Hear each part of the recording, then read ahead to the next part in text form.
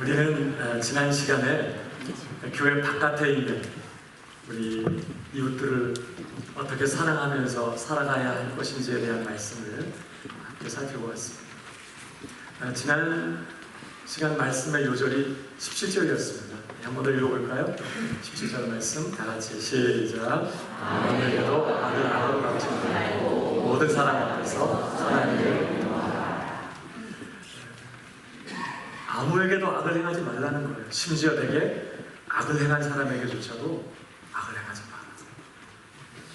모든 사람에게 뭐 하라고요? 선을 행하라. 한마디로 모든 사람을 사랑하라는 말씀이었습니다. 구체적인 내용들을 우리가 지난 시간에 살펴봤고요.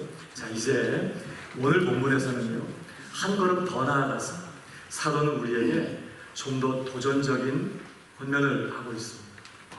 오늘 요절이 맨 마지막 절에 있습니다. 21절인데요. 같이 한번 읽어봅니다. 시작. 악에게 지지 말고 선으로 악을 이기라. 우선 여기 지지 말고 또 이기라, 이 단어는요, 고전 헬라어 문헌에서 군사적인 전투나 법정에서의 그 분쟁을 나타낼 때 썼던 단어라고 해요. 싸울 때, 전쟁터에서 군인들이 싸울 때 쓰는 단어예요. 지금 여기다가 이 단어를 썼어요. 뭘 의미할까요? 신자들이 살아내야 할 이 세상에서의 삶은 한마디로 중단 없는 영적인 싸움이라는 것을 암시하고 있습니다. 신앙생활이라는 건요, 봄날에 소풍 가는 것 같은 그런 분위기 아니에요. 이기든지 지든지, 정복을 하든지 정복을 당하든지, 이 둘 중 하나로 귀결되는 아주 치열한 전쟁이에요. 그런데 여러분, 무엇과의 전쟁일까요? 악과의 전쟁, 죄악과의 전쟁. 누구와의 전쟁이죠? 그 죄악의 배후에 있는 악령의 세력, 원수 마귀와의 전쟁입니다. 그래서 에베소서 6장 12절에 보면요, 우리의 씨름은 혈과 육을 상대하는 것이 아니요 통치자들과 권세들과 이 어둠의 세상 주관자들과 하늘에 있는 악의 영들을 상대하니라 말합니다. 그래서 에베소 교회 성도들에게 마지막에 권면하는 말씀이, 이런 치열한 전쟁터에서 우리가 살고 있기 때문에 하나님의 전신갑주로 무장해야 된다. 주님 은혜 안에서 강해야 된다. 그리고 모든 기도와 간구로 맹렬하게 싸워 이겨라. 이러한 말씀들로 에베소 교회 성도들을 격려하면서 에베소서가 맞죠. 여기 오늘 21절을 다시 보십시오. 여기 악에게 지지 말고 그랬어요. 직역하면요, 계속해서 악에 의해서 정복을 당하지 마라, 그런 뜻입니다. 여러분, 원수 마귀는 계속해서 우리를 공격해서 우리를 굴복시키고 우리를 정복하려고, 우리를 이기고 우리를 장악하려고 하는 거예요. 여러분, 원수 마귀가 우리를 굴복시키고 우리를 장악하는 방법이 뭘까요? 우리로 하여금 악을 행하게 하는 것입니다. 원수 마귀는 우리가 예수 믿어 구원받는 것을 가로막지는 못했어요. 그러나 포기하지 않습니다.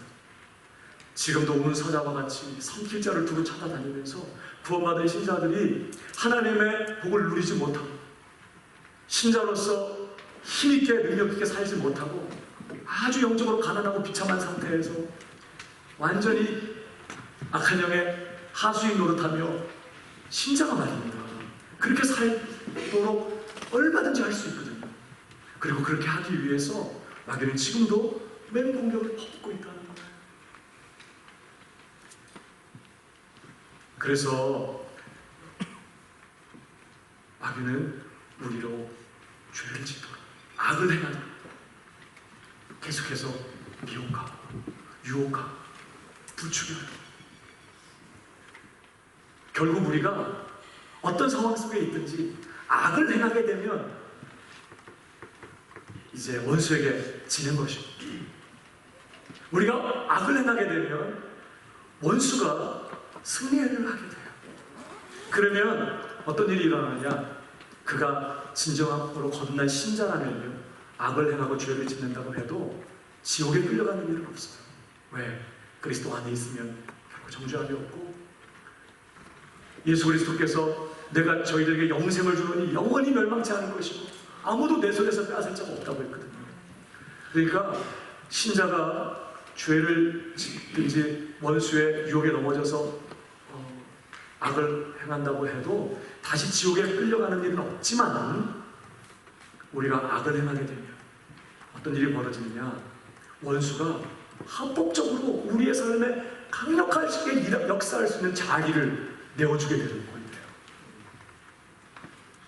우리가 얼른 그 죄를 회개하고 예수 그리스도의 보혈로 씻음을 받고 빨리 죄 문제를 해결해 버려야지, 죄가 있게 되면 하나님과의 교제를 잃어버려요. 하나님의 은혜가 가로막혀요. 하나님의 역사가 방해를 받기 시작해요. 우리가 아주 영적으로 아주 어려운 상황 가운데 내어 몰리게 된다. 악을 행하게 되면 그렇게 원수가 우리의 삶에 강력하게 일할 수 있는 자리를 내어주게 되는 거기 때문에 어떠한 경우에라도 악에게 지지 말라고 지금 사도는 우리에게 당부하고 있는 것이, 악에게 지지 마라. 다시 말하면 어떤 상황 속에 있든지 결코 어느 순간에라도 악을 행하지 말아라 그런 뜻입니다. 죄 짓지 말라는 말씀이거든요. 그러면서 더 적극적으로는 악에게 지지 말라고만 하지 않고 뭐라고 그래요?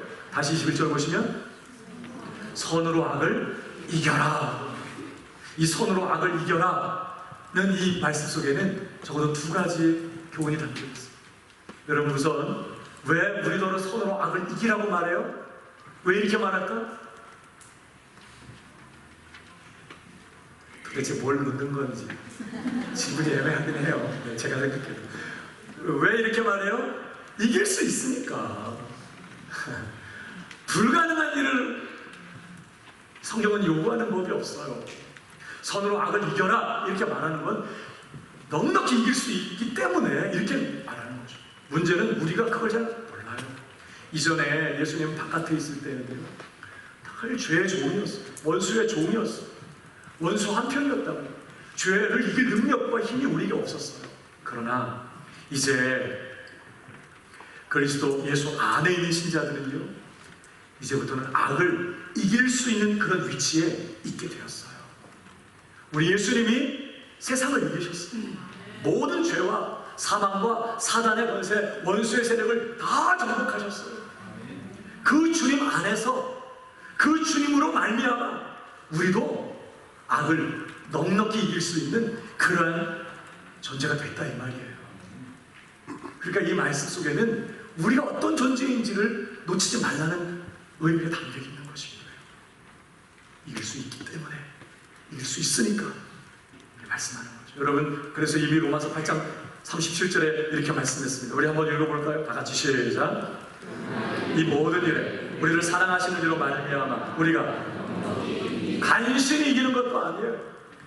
우리를 사랑하시는 주 예수님으로 말미암아, 그분의 힘과 능력으로 말미암아, 내게 능력 주시는 주님 그 분 안에서 우리는 이 모든 것들을 넉넉히 이길 수 있는 그런 자가 됐다는 사실을 말씀하고 있어요. 옆 사람에게 얘기해 주세요. 당신은 넉넉히 이길 수 있습니다. 죄의 유혹이 올 때 그냥 아우 주님의 뜻대로 하세요 그러고 엎어주면 안 돼요. 이제는 이길 수 있는 자가 되었어요. 그뿐만 아니라 또 어떤 교훈을 담고 있을까요? 손으로 악을 이기라.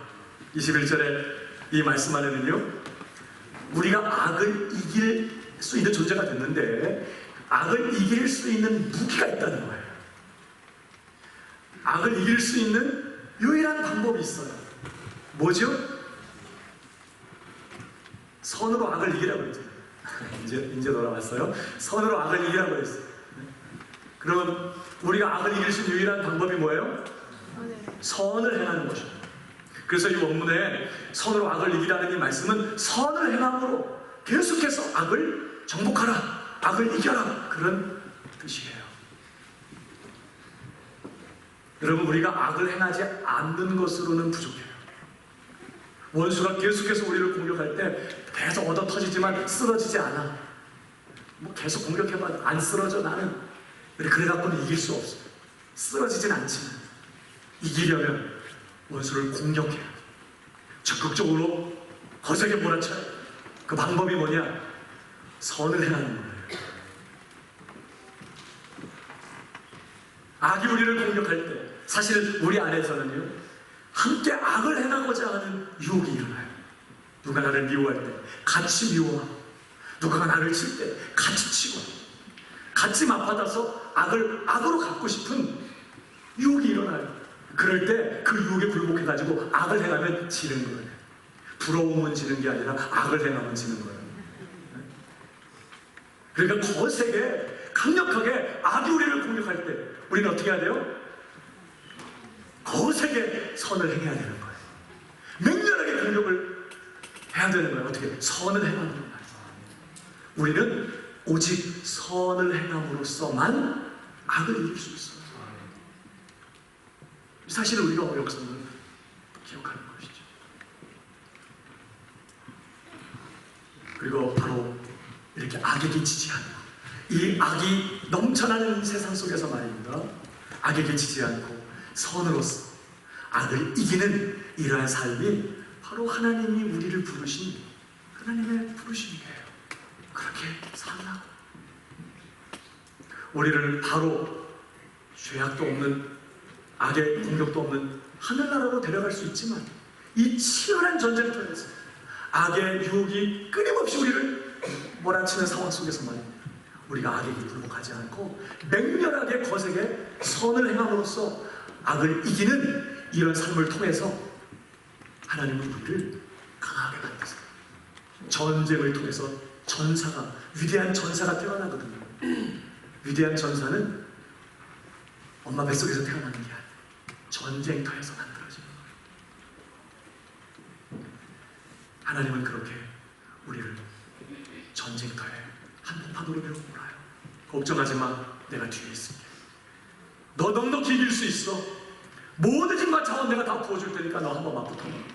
그러면서 우리가 거세게 선을 행하고 악을 이기는 삶을 통해 우리의 영적 근육이 강해지고, 우리 영적으로 정말 강한 빛의 용사가 되게 하기 위하여 하나님은 우리에게 이런 삶을 허락하신 것이죠. 따라하십시다. 악에게 지지 말고 선으로 악을 이기라. 이게 우리를 향한 하나님의 부르심이라는 걸 기억하고 오늘 강한 전사가 되시기를 주님의 이름으로 축복합니다. 자, 그럼 더 나아가서요, 우리는 선으로 악을 이기기 위해서 어떠한 방식으로 선을 행해야 할까요? 오늘 본문이 우리에게 세 가지를 가르쳐주고 있습니다. 자, 구체적으로 우리는 어떻게 선을 행해야 악을 이기는 삶이 될 수 있을까? 첫 번째는요, 모든 사람과 더불어 화목해야 한다고 말씀합니다. 자, 18절인데요. 한번 같이 읽어보겠습니다. 시작. 할 수 있거든. 너희로서는 모든 사람과 더불어 화목하라. 우선 여기 화목하라 되어 있는데요. 28절 앞부분에 할 수 있거든 이런 말이 시작합니다. 그래서 화목하라. 할 수 있으면 화목하고 뭐 아니 말고 이런 분위기로 읽혀지게 되는데 그렇진 않고요. 여기 우선 화목하라는 이 표현은 우리가 화목하기 위해서 할 수 있는 일이라면 무엇이든지 다 해야 한다는 적극적인 권면이에요. 화목할 수 있기 위해서 어떤 희생이라도 치러야 된다. 반드시 화목해야 된다. 이렇게 말씀하는 의미입니다. 중요한 것은요, 화목해야 될 대상이 모든 사람이라는 거예요. 모든 사람과 더불어 화목하라. 그들과 화목하기 위하여 무엇이든지 대가를 지불하라. 이런 뜻이에요. 여러분, 이 모든 사람 안에는요, 교회 안팎에 우리에게 선량하게 우리를 대하고 우리에게 아주 호의적인 그런 사람들도 포함되지만 여기에는 우리를 미워하고 악감을 가지고 우리를 공격하고 이유 없이 우리를 무시하고 상처 주고 함부로 대하고 우리를 반대하는 그런 사람들도 여기 포함되어 있어요. 심지어는 부도덕한 사람들, 악을 행하는 사람들, 이교도들, 심지어는 어떤 사람들, 반하나님적이고 반그리스도적이고 반교회적인 그런 사람도 다 여기 포함되어 있는 거예요. 우리 주변에 이런 사람들이 얼마든지 있을 수 있죠. 우리가 일부러 누군가를 찾아가지 않는다고 해도 내가 살면서 만나게 되는 우리 주변의 이웃들 중에는 이런 부류의 사람들이 있을 수 있어요. 오늘 주님은요, 우리에게 이 모든 사람들과 더불어서 너가 너의 인생에 만나게 되는 그 사람들이 어떤 사람들이든지 그 모든 사람들과 더불어 뭐 하라고요? 화목하라. 사실 우리에게 호의적인 사람들과 화목하는 것은 어려운 일 아닙니다. 쉽죠. 문제는 우리를 적대적으로 대하는 사람들, 우리에게 잘못하는 사람들, 우리를 함부로 대하는 사람들, 무시하고 상처 주고 미워하는 그런 사람들이에요. 그런 사람들을 우리가 가까이 하면서 특별히 그들과 화목하는 일은 쉬운 일이 아닙니다. 여러분, 보통 우리가 그런 사람들 만나면 어떻게 해요? 나에게 함부로 대하고 나를 무시하고 미워하고 상처 주고 악감을 가지고 공격하는 사람들을 만나게 되면 어떻게 해요? 보통 피하죠. 외면하고 상대하지 않습니다. 거기 그 사람이 있을 만하면 안 가. 어디 멀리 그 사람 차가 보이면 다른 쇼핑몰로 갑니다. 안 만나는 거예요. 그래서 우리 뭐라고 생각해요? 내가 뭐 무서워서 피하냐? 더러워서 피하지. 이렇게 하거나 난 뭐 미워하는 거 아니야? 난 뭐 그렇게 그 사람처럼 뭐 나 미워하는 거 아니야? 나 보고 싶지 않을 뿐이야. 이렇게 쿨하게 말해요. 그러나 사실 그런 외면이나 회피가 복수의 한 형태일 수 있는 거예요. 아주 소극적인 복수죠. 남편들이 삐져서 아내한테 말 안 하는 것처럼 일종의 복수입니다. 보복하는 거예요. 말 안 하는 거예요. 여자는 말을 많이 해야 되거든요. 막 들어주고 막 받아쳐주고 해줘야 되는데 말을 다 안 해요.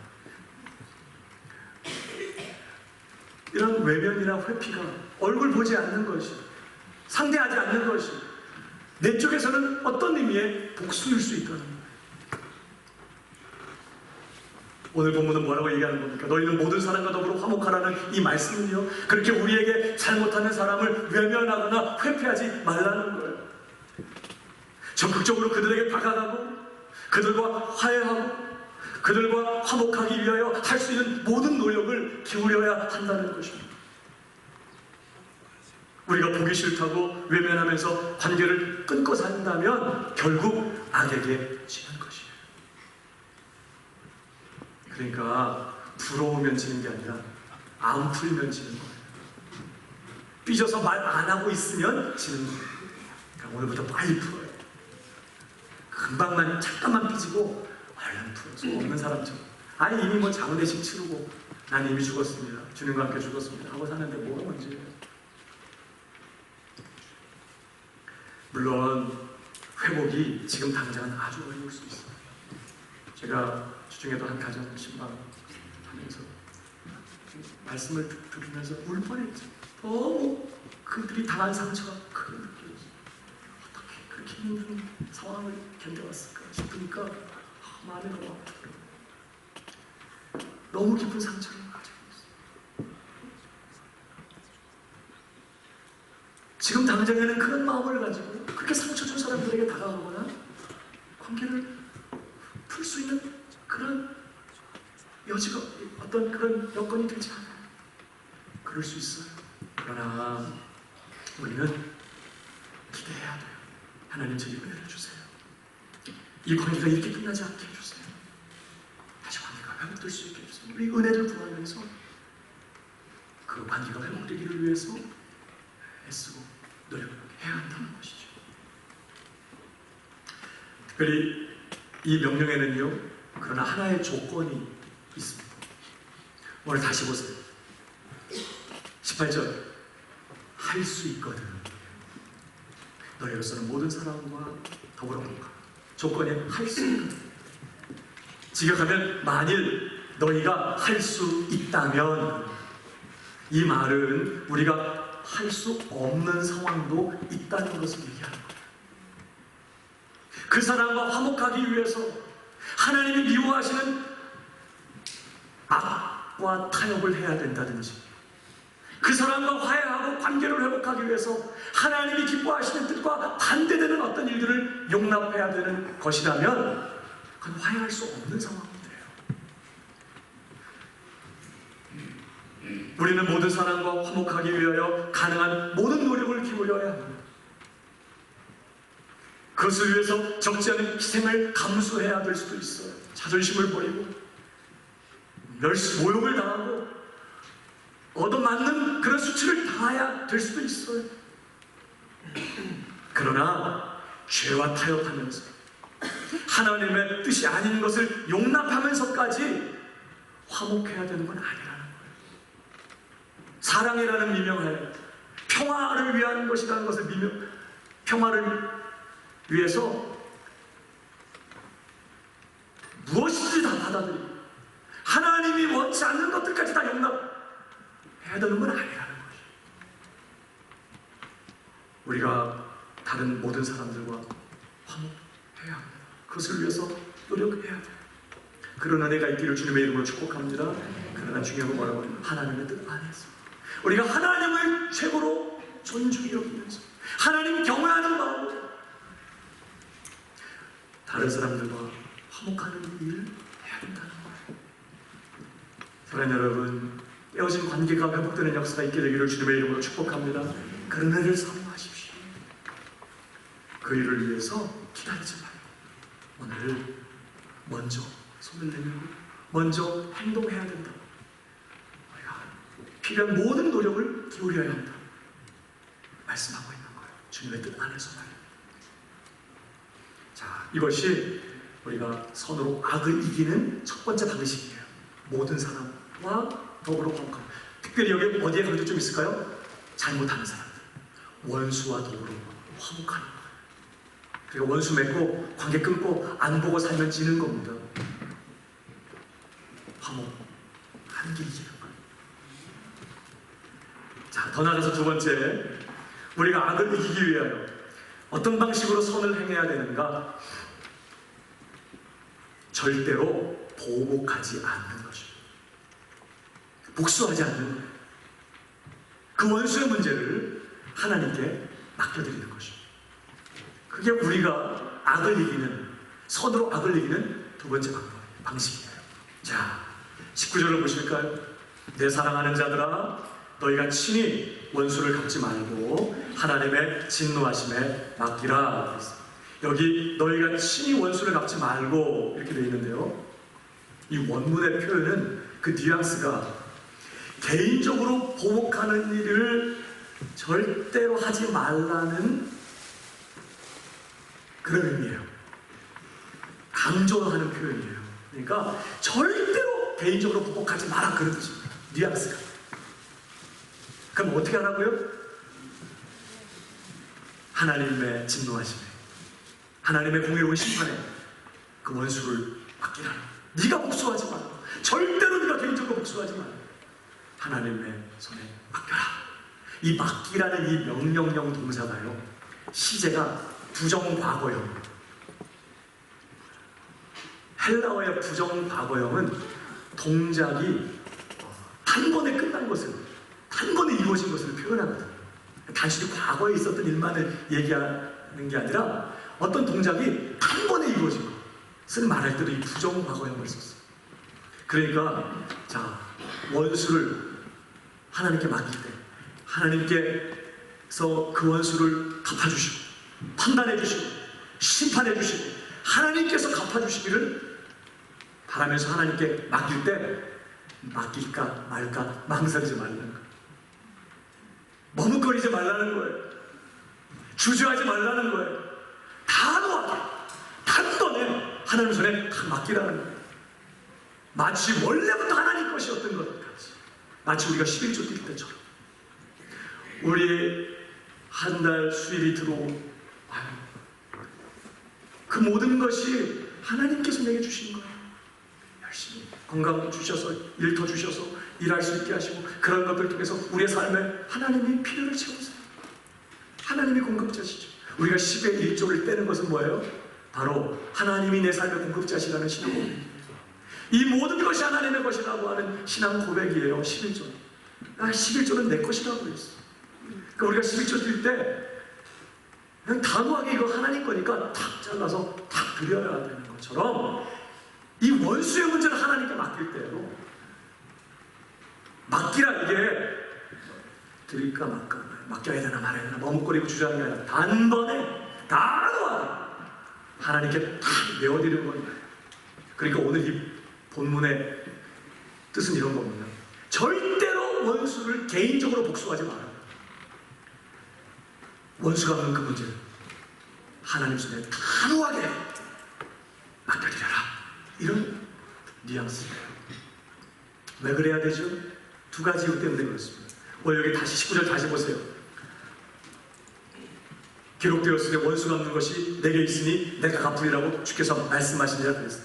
두 가지 이유 때문에 우리는 개인적으로 복수하지 않고 원수의 문제는 하나님께 단호하게 맡겨야 되는데, 그 첫 번째 이유는 뭐냐? 원수 갚는 일이 하나님의 고유한 특권이기 때문에 그래요. 원수 갚는 것이 내게 있으니 내가 갚으리라. 뭐라고 말해요? 하나님은요, 이 원수 갚는 일이요,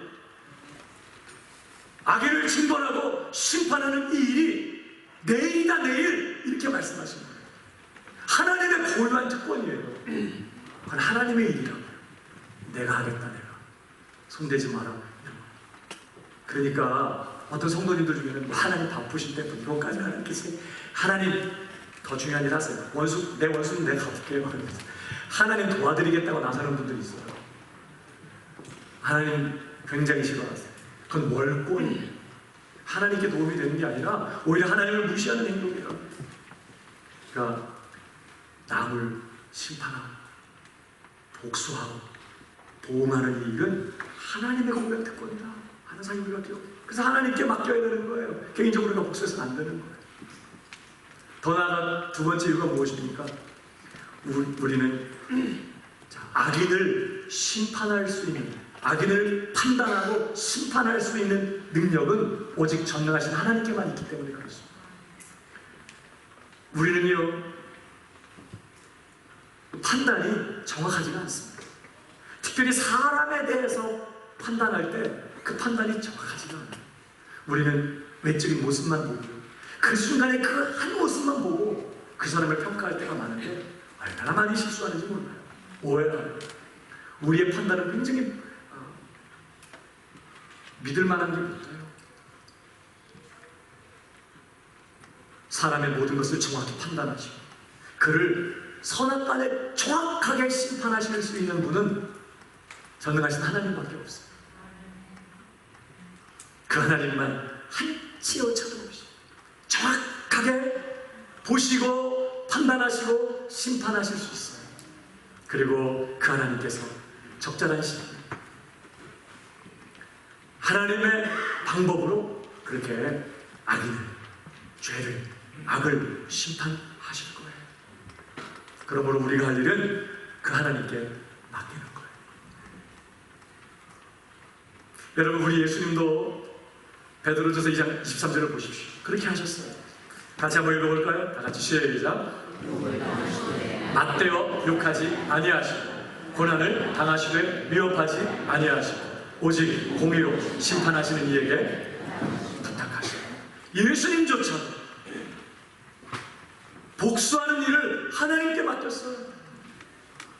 그래서 보복하지 않고 악을 악으로 갚지 않고 그냥 수욕을 받으시고 욕을 먹으시고 그리고는 공의로 심판하시는 하나님께 완전히 맡겼어요.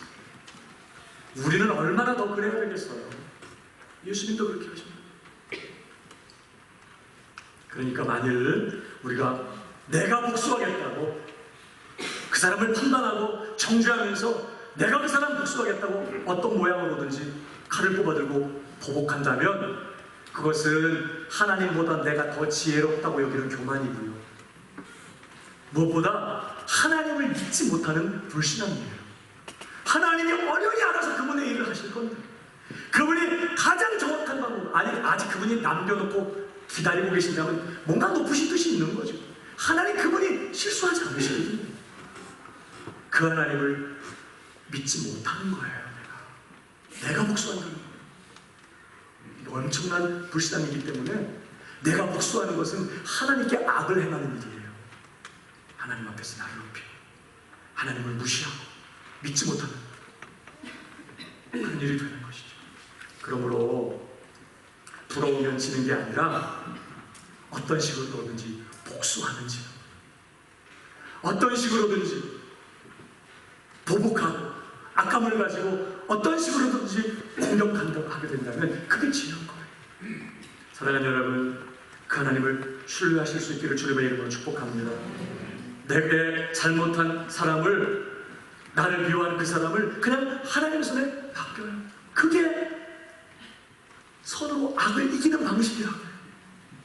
다른 게 아니라 하나님 당신 손에 하나님이 알아서 하실 줄 믿습니다. 내가 미워하지 않겠습니다. 내가 복수하지 않겠습니다. 내가 악감을 품고 공격하지 않겠습니다. 그러니까 두고 봐라 그러면서 왜 막 좀 안 좋은 마음 갖고 막 삐지는 거 이것도 다 지는 거라니까. 그러니까 하나님 손에 맡겨버리는 거예요. 이게 우리가 서로 악을 이기는 두 번째 방법이라.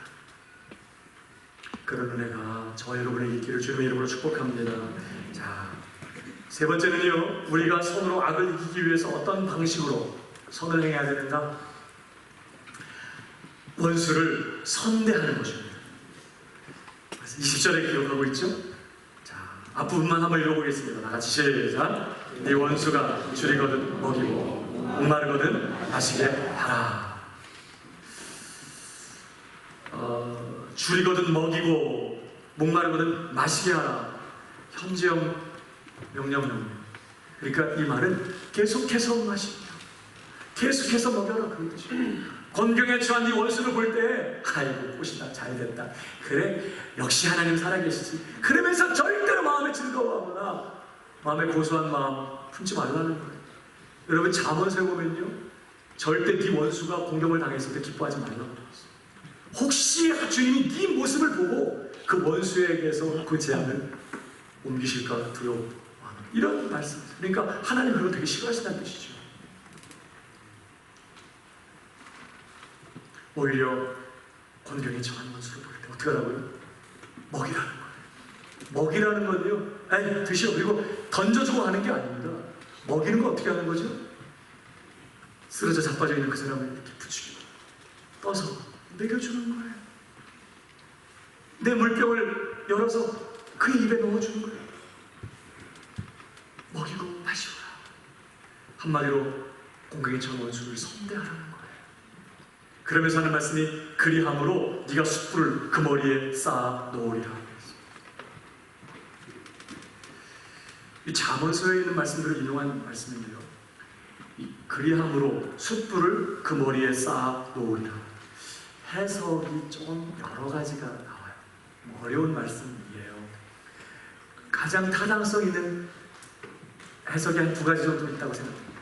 여러 해석 있는 중에요. 그 첫 번째가 어떤 해석이냐면, 당시에 고대 애굽에서는요, 어떤 사람이 잘못을 저질렀는데 그것 때문에 마을 사람들 혹은 주변의 이웃들로부터 아주 질책을 당하고 부끄러움을 당했어요. 이 사람이 회개했습니다. 자신의 잘못을 뉘우쳤어요. 그럴 때 숯불을 담은 냄비를 머리에 이고 다녔어요. 그렇게 고통을 받음으로써 자기가 회개했다고 하는 그런 표를 드러낸 거예요. 그런 풍습이 있었다는 거예요, 애굽에.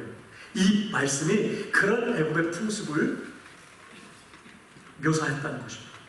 그러니까 지금 이 말씀의 의미가 뭐냐면, 너가 원수가 줄일 때 먹이고 목마를 때 마시우는 이런 선행을 할 때에 결국 원수가 어떻게 돼요? 부끄러움을 느끼고 결국에는 회개하게 될 수도 있다. 그렇게 원수를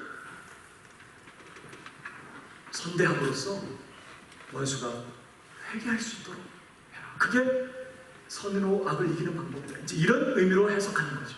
그러니까 사실 우리가 막 나한테 잘못한 사람을 극진히 선대할 때 말이에요. 상대방이 오히려 부끄러움을 느끼고 수치심을 느끼고 결국은 회개하게 될 수 있어요. 그렇게 해야 된다는 거예요. 얼마든지 타당한 해석이라고 생각해요.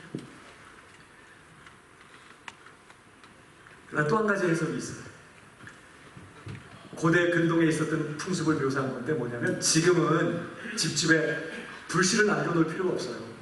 불을 켜는 도구가 많이 있어요. 라이터도 있고 혹은 뭐 가스레인지도 돌리면 전원 연결되어 있어서 탁 스파크가 일어나서 불이 켜지고, 불을 켤 수 있는 도구들이 얼마든지 주변에 있기 때문에 뭐 불씨 꺼뜨리지 않고 막 그런 일은 없어요. 그러나 옛날 우리 조상들도 그랬고 고대 근동에서도요, 집안에 불씨 꺼지는 게 가장 큰 일이었어요.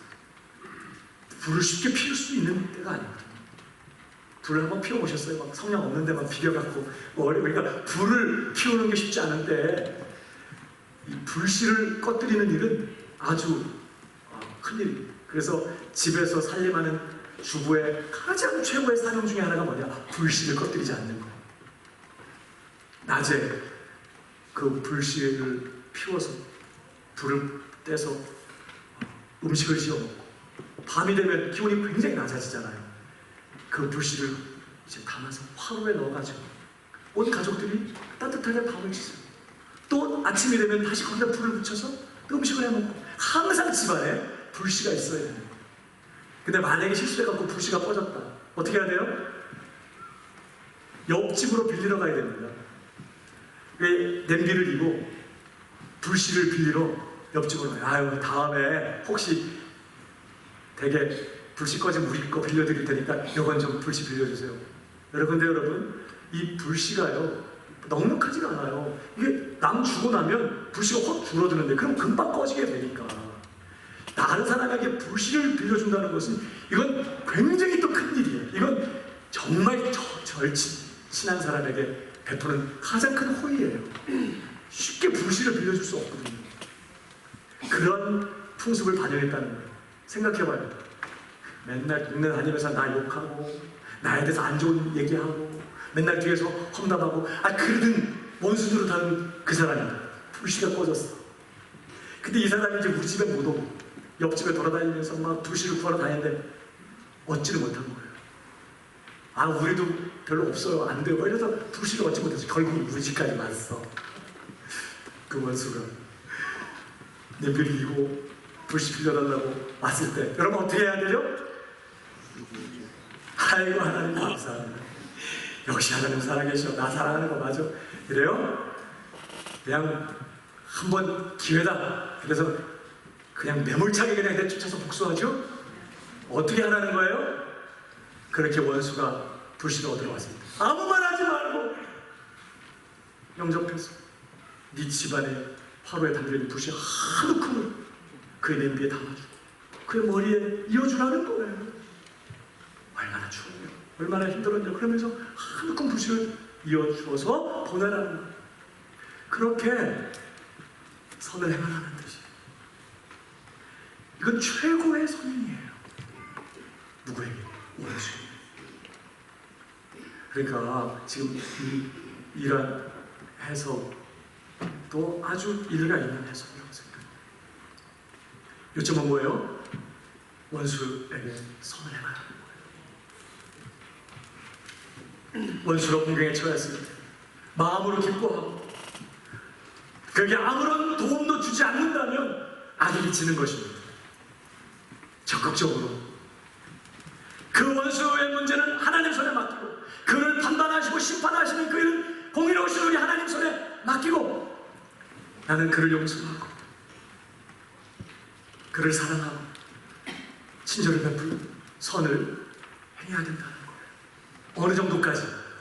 불씨를 빌리러 왔을 때 한우큼 그의 머리에 불씨를 이어줄 정도로 그렇게 전폭적으로 그에게 선을 행해야 된다는 말씀입니다. 한마디로 누구까지도 사랑하라는 거예요? 원수까지도 사랑하라는 거예요. 그러니까 지난 시간에 17절의 요점은 모든 사람을 사랑해라 이런 뜻이었다면 오늘의 요점은 원수까지도 사랑해야 된다 그런 뜻입니다. 모든 사람과 더불어 화목하라 이 말은요, 원수와도 화목해야 된다. 원수 절대 관계 끊고 안 보고 그러지 말고 할 수 있으면 다가가고 최선의 노력을 들여서 원수와 화목해. 그리고 그 원수를 갚는 그 문제, 복수하는 그 문제는 철저하게 하나님께 맡겨라. 네가 절대로 복수하지 마라. 너가 할 일은 오직 그에게 선을 행하는 것이다. 사랑하는 것이다. 원수까지라도 사랑해야 된다는 말씀이죠. 오늘 말씀. 그것이 우리가 악을 이기는 방식이라는 거예요. 원수까지도 사랑해야 된다. 자, 이제 이렇게 말씀드리면 목사님, 성경은 그렇고 어떻게 우리가 그렇게 살아요? 항상 어르신 말씀이에요. 그리고 어르신 말씀이고 현실은 안 그렇고 우리 그렇게 가게 되게 하시죠. 여러분, 그러나 성경은 우리가 그렇게 살 수 있기 때문에 지금 말씀을 하고 있어요. 이길 수 있습니다. 여러분, 우리가 원수까지라도 사랑하는 이러한 삶을 살기 위해서 말입니다. 이게 필요한 게 몇 가지입니다. 그 말씀을 마치면서요, 몇 가지만 정리하고 마쳐. 첫 번째는 내가 하나님께 어떤 사랑을 받았는지를, 그리고 어떤 사랑을 받고 있는지를 늘 잊지 않고 기억하는 거죠. 우리가 어떻게 원수까지라도 사랑할 수 있느냐, 하나님이 나를 어떻게 사랑하셨는지를 늘 기억하는 거예요. 여러분, 성경을 한번 보실까요? 로마서 5장 8절에 우리가 아직 죄인 되었을 때에 그리스도께서 우리를 위하여 죽으심으로 하나님께서 우리에게 대한 자기의 사랑을 확증하셨느니라 그랬어요. 아직 죄인일 때 하나님 우리를 위해서 독생자를 내어놓으시고 우리를 향한 하나님 사랑 확증해 놓으셨대요. 근데 이 말씀을 어떻게 표현했냐면 8절로 가고 10절로 가보세요. 같이 읽어봅시다. 시작. 곧 우리가 원수 되었을 때 그의 아들의 죽으심으로 말미암아 하나님과 화목하게 되었은즉, 하나님은 우리를 사랑하실 때 우리가 하나님 앞에 원수 노릇할 때 마땅히 하나님을 경외하고 하나님을 섬기고 하나님께 순종하고 하나님의 뜻대로 살면서 하나님을 의지하고 살아야 될 우리 피조물, 우리 인생이 하나님을 알지도 않고 무시하고 대적하고 거역하면서 내 고집대로 살면서 하나님을 반역하면서 살았어요. 하나님과 원수 관계에 있었다고요. 그게 죄인의 자리에 있을 때 형편이에요. 그런 우리를 하나님이 당장에 쳐부시지 않았다는 거예요. 마땅히 영원한 정보를 받도록 지옥에 던지실 수 있지만 하나님께서 우리를 참으셨을 뿐만 아니라 어떻게 했어요? 당신의 하나밖에 없는 아들을 내어주셔서 우리의 죄값을 치르게 하셨어요. 그 죄를 우리에게 갚은 게 아니라 아들 예수 그리스도께서 감당하게 하신 방식으로 우리의 죄를 깨끗하게 용서했어요. 우리가 뭐 하나님 구원해 주세요, 내 죄가 많은데 용서해 주세요, 그래서 막 한 40일 금식하면서 회개기도 했죠. 그래서 하나님께서 그 응답으로 우리의 죄 용서하신 거죠. 우리가 구하기도 전에 하나님이 십자가에서 아들을 통해 그 죄 문제를 해결해요. 이미 용서하시고 우리 하나님 알기도 전에 원수 노릇하면서 하나님 거룩하고 대적할 때 화해의 손을 내미셨다고. 그래서 우리가 여기 와 있는 거예요. 우리 중에 누구도 먼저 하나님 앞에 사랑을 받을 만한 일을 한 게 없었고, 우리 중에 누구도 하나님 먼저 사랑한 사람 없었어요. 원수였던 우리를 하나님이 먼저 사랑하시고 먼저 화해의 손을 내미셨어요. 우리가 여기 있는 거죠. 항상 우리가 그 사랑을 받았다는 걸 놓치지 말아야 돼요. 우리가 이걸 놓치니까 내가 뭐 잘나서 사랑받는 줄 알고 착각해. 원수까지라도 사랑할 수 있기 위해서 우리는 내가 먼저 어떤 사랑 받았나 그걸 기억하고, 그 사랑 받았으니 내가 그 사랑 실천하는 거 마땅하다고 성경이 이야기하는 말씀을 순종해야 되는 거죠. 뿐만 아니라 두 번째로 우리가 원수까지라도 사랑하는 이런 삶을 살기 위해서 또 한 가지 기억해야 될 게 있어요. 사랑을 단순한 감정의 차원에서 다루지 말고 행동의 차원에서 다뤄야 한다는 거예요. 우리가 자꾸 실수하는 부분이 뭐냐면 사랑을 감정의 차원에서 다뤄요. 그러나 여러분, 오늘 원수까지도 사랑해야 된다 이 말을 성경이 지금 오늘 어떻게 얘기했는지 보세요. 감정과 느낌에 대한 어떤 얘기도 없어요. 오히려 뭐라고 해요?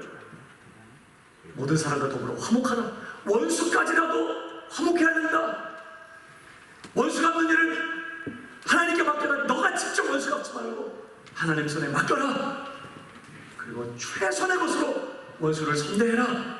다 느낌과 감정에 대한 얘기가 아니라 행동에 대한 얘기라고. 거기에 느낌, 감정은 배제되어 있어요. 행동을 요구하고 있어요. 여러분, 사랑은 느낌과 감정의 문제가 아니라 행동의 문제, 의지의 문제예요. 내 마음에 사랑의 감정이 생기지 않으면 난 그 사람 사랑할 수 없다고 생각하는 게 우리 연약함이에요. 그렇지 않다는 거예요. 여러분, 용기가 뭐죠? 용기? 용기는 내 마음에 두려움이 없는 게 아닙니다. 두려움이 있어요. 너무 두려워서 도망하고 싶고 상황을 회피하고 싶지만, 용기는 뭐죠? 그 두려움에 굴복하지 않는 거예요. 그 두려움을 극복하고 담대하게 옳은 일을 행하는 것, 이걸 용기라고 말해요. 마음에는 겁이 많으면서 두려움이 있으면서 또 저런다, 외식하네, 이래요? 잘못됐다고 말해요? 아니요. 용기는 내 안에 두려움이 막 일어나지만 나도 두렵고 나 떨고 있니? 막 그렇게 되지만 그 두려움에 함몰되지 않고 그 두려움을 극복하고 선을 행하는 것이 용기인 것처럼 사랑도 마찬가지라고요. 사랑도 우리 안에 부정적인 느낌이나 감정이 없는 게 아닙니다. 있어요. 사랑한다고 해도 우리 안에는 믿고 안 하고 원수 갚고 싶고 외면하고 싶고 말 안 하고 싶고 그런 마음이 우리 안에서 일어나요. 사랑은 뭐예요? 그 부정적인 감정에 굴복하지 않는 거예요. 그 부정적인 감정을 극복하고 선을 행하는 거죠. 하나님의 뜻을 행하는 거예요. 그게 사랑이에요. 그래서 고린도전서 13장 사랑이 뭐라고 그랬어요? 사랑은 맨 처음에 뭐예요? 여러분, 오래 참는 건 유쾌한 거예요? 안 유쾌한 거예요? 안 유쾌한 겁니다. 참는 게 뭐예요? 안에서 그 사람에 대해서 부정적인 막 감정들이 올라오는데 뭐 하는 거예요? 사랑은 참는 거라고. 그걸 쏟아내는 게 아니라, 그 감정에 충실한 게 아니라 오히려 그것을 참고 선을 행하는 거예요. 온유하게 대하고 선을 베풀고 친절하게 대하고. 그 사랑의 마지막은 또 뭐예요? 맨 마지막은 모든 것을 견디느니라. 견디는 건 유쾌한 거예요? 안 유쾌해요? 견디는 게 즐겁죠? 견뎌. 역시 부정적인 환경, 어떤 상황들을 전제해 놓은 거예요. 견딘다는 거예요.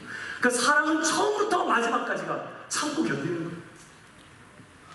우리는 자꾸 내 마음에 부정적인 생각들이 올라오면 난 그래서 그 사람 사랑할 수 없다고 생각해. 감정에 충실한 게 정직한 말이라고 생각하지만 그렇지 않습니다.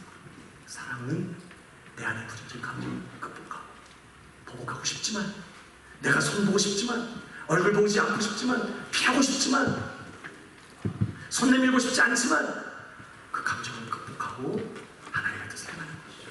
선행하는 거예요. 사랑을 감정의 차원에서 다루지 말고 행동의 차원에서 다뤄야 된다. 그러니까 뭐예요? 보복하지 않기로, 내 이 감정에 따라서 미워하지 않기로, 부정적인 이 감정에 함몰되어서 악감을 품지 않기로 마음의 의지로 결단하는 것입니다. 그리고 의지적으로 뭐예요? 선을 행하는 것이에요. 그게 사랑이라는 걸 기억해야 해요. 그러니까 감정을 앞세우지 말고 의지적으로 결정하고 행동하라 하는 것이 필요하다. 마지막, 여러분, 이 사랑, 원수까지라도 사랑하는 이 진짜 사랑. 사실 원수까지라도 사랑해야 이게 진짜 사랑이거든요. 이 사랑 가능하기 위해서는 우리 또 한 가지, 우리 주 예수님 안에 거해야 합니다. 성경은 사랑이 성령의 열매라고 얘기해요. 그래서 예수님께서 분명히 이렇게 말씀하셨어요. 요한복음 15장 4절에서 내 안에 거하라, 나도 너희 안에 거하리라. 가지가 포도나무에 붙어있지 아니하면 스스로 열매를 맺을 수 없음 같이 너희도 내 안에 있지 아니하면 그러하리라. 나는 포도나무요 너희는 가지라. 그가 내 안에 내가 그 안에 거하면 사람이 열매를 많이 맺나니 나를 떠나서는 너희가 아무것도 할 수 없습니다. 이 비유의 끝에 무슨 말씀이 나오면 내가 이것을 너희에게 이름은 너희로 서로 사랑하게 하려 함이라. 그러니까 열매가 뭐냐? 결국 사랑, 주님처럼 사랑하게 될 겁니다. 세계명에 이어서 하신 말씀이. 그러니까 열매 맺는 게 딴 게 아니라 사랑인데, 주님은요, 너희는 절대 나를 떠나서는 사랑 열매 맺을 수 없어.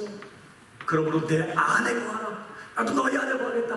내 안에 거하면 열매를 많이 맺겠지만 나를 떠나서는 너희가 아무것도 할 수 없다. 그러니까 우리 스스로는요, 사랑, 원수까지라도 사랑하는 일이 얼마나 불가능한 거냐면, 가지가 자기 스스로 열매를 만들어내는 것이 불가능한 것만큼 불가능해요. 좀 결단해볼까? 한번 해보면 될까? 안 돼요. 우리는 절대 우리 스스로 마치 가지가 포도나무 못 만드는 것처럼, 포도 열매 못 만드는 것처럼 사랑할 수 없어요. 방법은 하나밖에 없어요. 가지가 나무에 붙어서 24시간 끊임없이 중단 없이 줄 나무로부터 모든 진액을 계속해서 공급받으면서 줄기에 붙어 있으면 열매가 저절로 맺혀지게 돼 있어요. 많이 맺혀지게 되는 것이죠. 마찬가지로 우리가 원수까지라도 사랑하는 이런 삶을 살기 위해서 그럼 사랑해야지, 사랑하자 이렇게 막 붙여가지고 막 그렇게 되는 문제가 아니라는 거예요. 우리는 어디에 집중을 해야 되느냐? 주님 안에 거하는 일에 몰두해요. 주님을 늘 바라보고 나와 함께 하시고 내 안에 거하시는 주 예수님을 의식하면서 주님과의 생생한 교제의 삶을 살아야 돼요.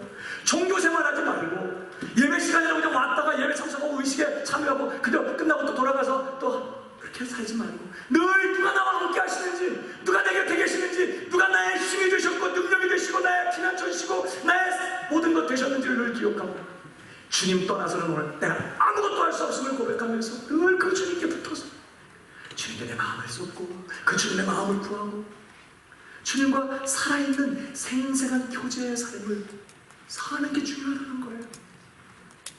늘 말씀을 읽으면서 주님의 음성에 귀를 기울이고 쉽게 기도하면서 늘 내 마음을 주님 앞에 쏟으며, 그러니까 기도, 금요일에도 제가 말씀드렸지만 기도 자리 나올 때 뭐 문제 해결하려고만 하지 마요. 문제 해결하기 위해서 우리가 하나님 앞에 나가야 되지만 정말 하나님은 기도를 통해서 우리와 교제하기 원하고 우리의 마음을 받으시고 하나님의 마음을 우리에게 부어주시면서 하나님과 소통하기를 원하십니다. 그 기도하러 나갔을 때 주님이 그래요. 왜 왔냐? 그럴 때 뭐라 그래요? 그냥 왔어요. 그럼 주님이 아유 바쁜데 피곤한데 뭐 하려고 왔냐? 이렇게 또 말씀하세요. 그럼 뭐라 그래요? 보고 싶어서 왔어요.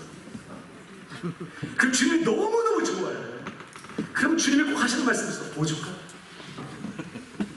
그럴 때 그걸 잘해야 돼. 그럴 때 솔직히 주님이 내가 뭐 필요한지 다 알거든. 뭐 줄까? 그럴 때 필요 없어요. 주님 한 분이면 충분해요. 아버지도 알기 원합니다. 내가 주님 더 사랑하게 되길 원합니다. 주님의 나를 향한 사랑 더 알게 되길 원합니다. 주님을 원합니다. 그러냐?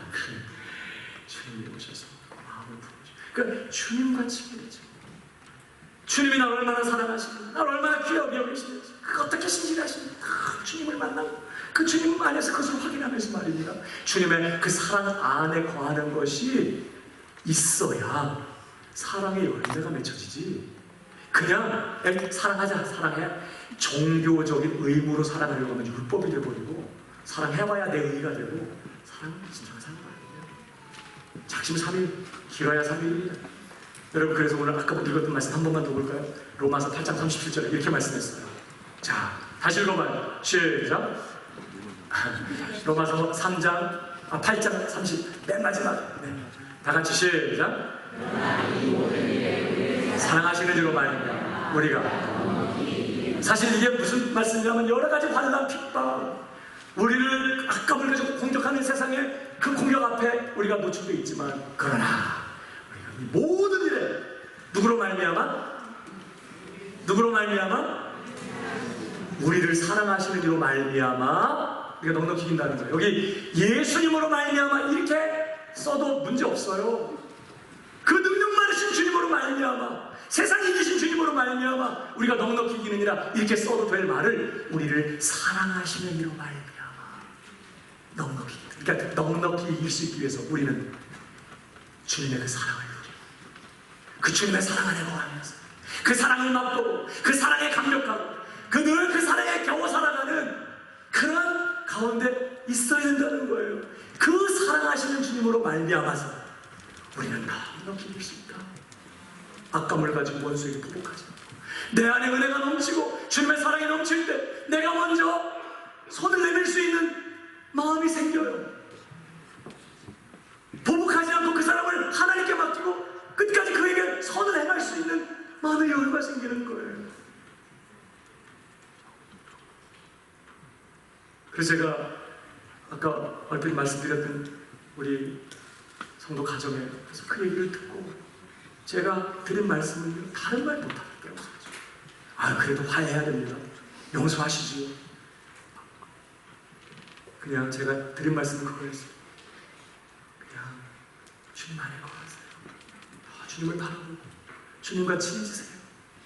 주님의 사랑을 더 많이 누리고 주님의 사랑을 더 많이 누리고 은혜 받고 주님과 친해지세요.